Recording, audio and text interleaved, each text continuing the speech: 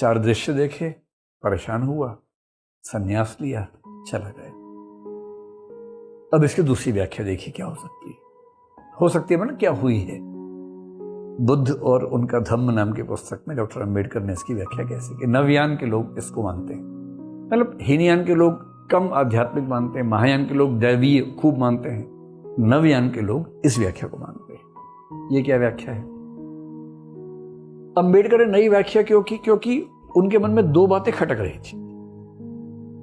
पहली बात यह कि 29 साल के व्यक्ति ने किसी बूढ़े को ना देखा हो, मृत को ना देखा हो, बीमार को ना देखा हो, यह मानने वाली बात नहीं है।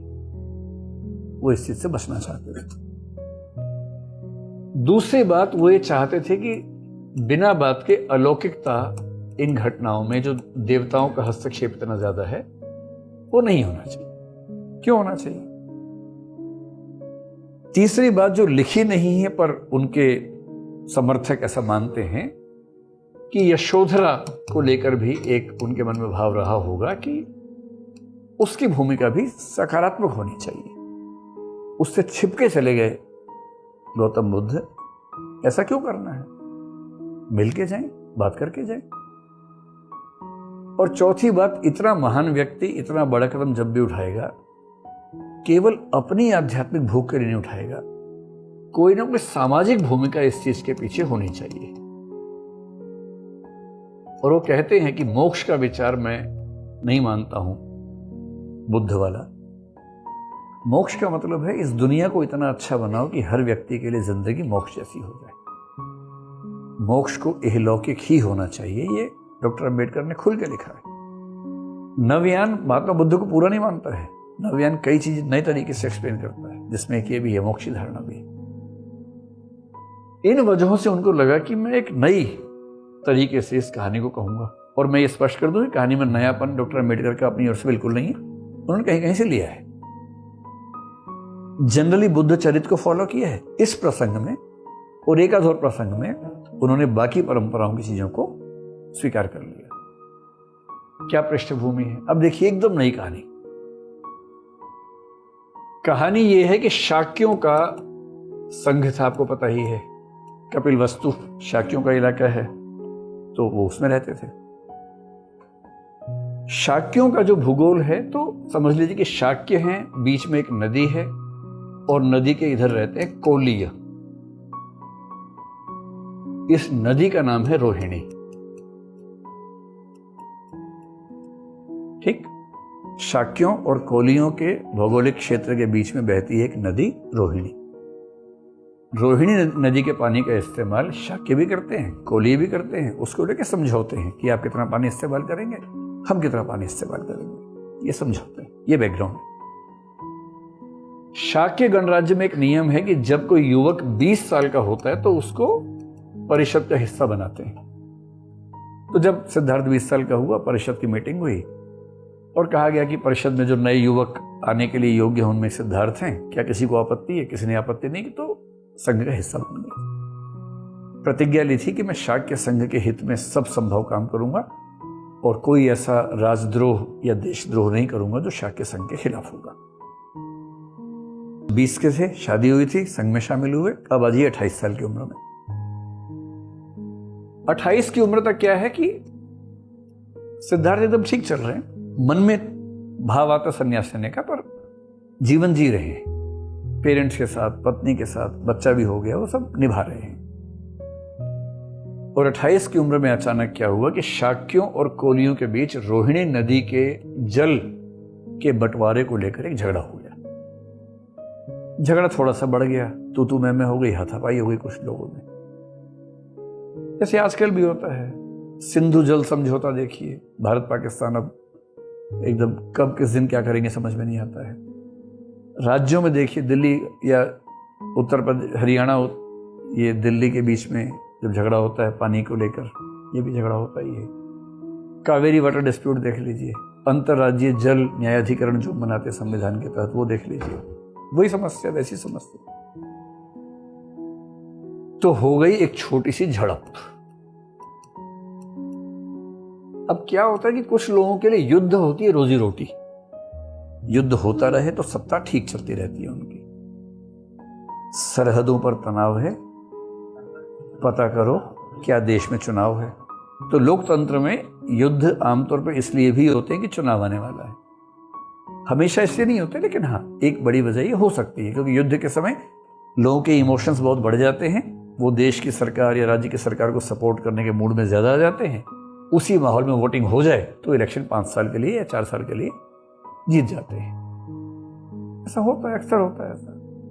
और युद्ध शुरू होते सबसे बड़ी बात क्या है? इमरजेंसी लग जाती है, इलेक्शन पोस्टपोन हो जाते हैं। अगर सरकार 4 साल की है मान लीजिए किसी देश में, और 3 साल 11 महीने बाद युद्ध शुरू हो गया, इमरजेंसी लग गई और उसमें क्या घोषणा हुई? युद्ध खत्म होने तक यथास्थिति चलेगी। अब राजा चाहेगा युद्ध खत्म हो, चलता ही रहे, चलता रहे, उसी में रोजी रोटी है उसकी, चलता रहे। और सेनापति लोगों को कई बार क्या होता है, जैसे पाकिस्तान की सेना है, पाकिस्तान की सेना को जब तक युद्ध ना हो उनका अस्तित्व खतरे में आ जाता है। तो कहीं ना कहीं कुछ होते रहना चाहिए ताकि सेना जरूरी है ये भाव बना रहे। और ये हमेशा से है, यहां भी था। तो सेनापति ने एक मीटिंग बुलाई। कौन से सेनापति ने? शाक्यों के सेनापति ने मीटिंग बुलाई। मीटिंग में सब लोग गए, सिद्धार्थ भी गया। और मीटिंग में उसने कहा, देखो भाई ऐसा है, ये कोरिय लोग संभल नहीं रहे हैं, इन्होंने फिर मार पिटाई की है। अब समय आ गया है कि हम इनके खिलाफ एक बड़ा युद्ध करें और एक ही बार में मामला सुलझा दें। सबसे पूछा आपकी राय क्या है? सब चुप। बुरे लोग दुनिया का खतरा नहीं है, शरीफों की चुप भी खतरनाक है। शरीफ लोग चुप रह जाते हैं, सब चुप। तो सिद्धार्थ उठा, उसने कहा मैं युद्ध का विरोध करता हूं। सबको लगा चलो एक तो है। सेनापति ने पूछा क्यों? उसने कहा मुझे यह पता लगा है कि पानी विवाद की झगड़े की शुरुआत हमारे सैनिकों ने की थी। हम ये कैसे मान लें कि विवाद की शुरुआत कोलियों ने ही की है और हमें उनको दंड देना ही चाहिए? ये बात आज कहना आसान है कि हमारे सैनिकों ने शुरुआत की थी। बड़ा मुश्किल काम है, किसी भी देश में बड़ा मुश्किल काम है। पर सिद्धार्थ ने कहा, सेनापति ने कहा यह बात ठीक है कि शुरुआत हमारे सैनिकों ने ही की थी, पर पानी पर पहला हक भी तो हमारा बनता है और कोली ये बार बार परेशान भी तो करते हैं। सिद्धार्थ ने कहा नहीं ठीक है, तो उसका दूसरा तरीका भी तो है। उसका तरीका यह है कि हम यहां से 2 व्यक्तियों को तैनात कर देते हैं, उनसे कहते हैं कि वो भी 2 व्यक्तियों को भेज दें, और ये 4 व्यक्ति मिलकर किसी एक को और जोड़ लें, और ये 5 लोगों का न्यायाधिकरण या पंचायत बना दीजिए, वो मिलकर फैसला कर लेंगे। इसमें युद्ध की क्या जरूरत है? पानी का बंटवारा ही तो करना है, युद्ध से क्या होगा? युद्ध से पहले खून बटेगा, पानी कैसे बटेगा? पानी जब भी बटेगा बातचीत से ही बटेगा। सेनापति को लगा कि ये तो बात भारी पड़ गई है। जनता समर्थन करने लगी सिद्धार्थ का। बोल के नहीं, चुपचाप। सेनापति से कौन पंगा मोल लेगा? मन ही मन में सेनापति बोला तुम सच्चे क्षत्रिय नहीं हो। उसने कहा मैं क्षत्रिय होने का मतलब बिना बात के हिंसा करना नहीं समझता। सच्चा क्षत्रिय वो है जो तब तक युद्ध नहीं करता जब तक जरूरी ना हो, और जब जरूरी हो तो युद्ध से पीछे नहीं हटता है। गैर जरूरी युद्ध करना क्षत्रिय होने की निशानी नहीं है, और मैं इसे गैर जरूरी युद्ध मानता हूं। तो उसने उठ के 3-4 बड़ी बड़ी बातें बोली। अरे ये तो कायर आदमी है, अरे ये देशद्रोही है, ये है वो है, जो जिंदा है वो नहीं ऐसा कर सकता, कोलियों को मारना होगा, बताओ कौन हमारे साथ में है। वोटिंग करवा दी, इमोशनल पहले कर दिया था। तो वोटिंग में सेनापति जी जीत गए, तो तय हुआ कि युद्ध तो होगा। फिर अगली मीटिंग बुलाई गई अगले ही दिन। इस मीटिंग में डिसाइड करना था कि क्या अनिवार्य सैनिक सेवा लागू की जाए, और सेनापति का प्रस्ताव था कि 20 साल से 50 साल तक के प्रत्येक पुरुष के लिए अनिवार्य सैनिक सेवा का प्रस्ताव पारित करेंगे, और सारे के सारे युवकों को युद्ध में जाना पड़ेगा हथियार लेके। कल जिन्होंने हाँ हाँ किया था, नारे लगाए थे, आज उनकी हालत खराब थी। कल तक तो ये था कि ये लोग जाएंगे लड़ने के लिए, मजा आएगा। आज तक हमें ही जाना है। युद्ध में कोई दूसरा जाए, आपको टीवी पे देखना हो तो क्या दिक्कत है? टीवी पे यूट्यूब पे देख रहे हैं, अरे क्या बात है, ईरान पे क्या हमला किया, वाह वाह वाह वाह वाह, अरे राष्ट्रपति मार दिया, क्या बात है, इसको मार दिया, उसको मार दिया, अरे तेल का टैंकर जला दिया, वाह क्या हमला किया है, इनका पूरा पोत मार दिया, 120 सैनिक डूब गए, अरे वाह। वीडियो देख रहे हैं, मजा आ रहा है। खुद पोत पे बैठो, स्ट्रेट ऑफ हॉर्मुज में जाओ जरा एक बार, फिर बताओ कि युद्ध में कितना मजा आता है। तब लगता है कि ना भाई जरूरी हो तो युद्ध करेंगे, गैर जरूरी जीवन में भी नहीं करना चाहिए। बिना बात के क्यों युद्ध करना, जरूरी है तो कीजिए, बिना बात के क्यों करना युद्ध। तो जाहिर वाली बात है, जंग तो खुद एक मसला है, जंग क्या मसलों को हल करेगी, जंग से क्या समाधान होगा। अब ये हुआ, सब लोग बैठे हैं, सेनापति ने कहा मैं प्रस्ताव करता हूं कि 20 से 50 साल के सभी युवकों को अनिवार्य सैनिक सेवा के लिए बाध्य किया जाए। सब चुप। सिद्धार्थ ने कहा मैं विरोध करता हूं, मैं युद्ध में भाग नहीं लूंगा। सेनापति ने कहा डरपोक हो। बुद्ध ने मेरे ख्याल से कहा होगा अकेले में आके देख लो एक बार। भाई सैन्य विद्या तो थी उनके पास, ऐसे ऐसे 5 सेनापति संभाल लेंगे। पर बात यही है ना कि ताकत है तो इस्तेमाल कर ही देना, ऐसा क्या मतलब है। ताकत संभाल के रखनी है, ताकत का इस्तेमाल बहुत विवेक के साथ होना चाहिए। सबसे अच्छे आईपीएस वो हैं जो जिंदगी भर एक डंडा तक किसी को नहीं मारते और तब भी शानदार काम करते हैं।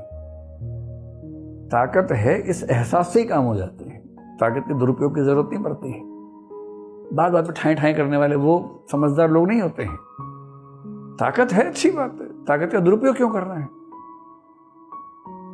तो सेनापति ने कहा आपको पता है कि ऐसा करने पर हम आपको दंड दे सकते हैं, और आपने शाक्य गणतंत्र के पक्ष में जीवन जीने की शपथ ली थी।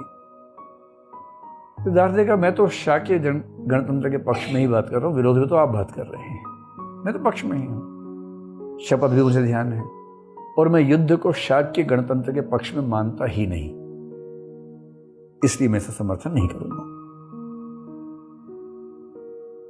तो उसने कहा हम आपको दंड देंगे, और आप ध्यान रखिए हम आपको देश से निकाल भी सकते हैं, मृत्यु दंड भी दे सकते हैं राजद्रोह के आरोप में। सिद्धार्थ ने कहा कि आपकी इन्हीं हरकतों की वजह से कौशल नरेश का हम पर प्रभुत्व बढ़ता जा रहा है,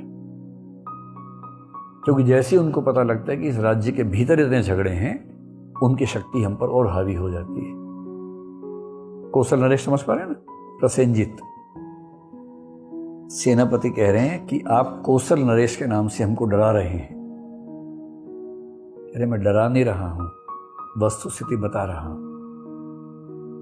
और रही बात मुझे मृत्यु दंड देने की, तो मैं उसके लिए हंसकर तैयार हूं।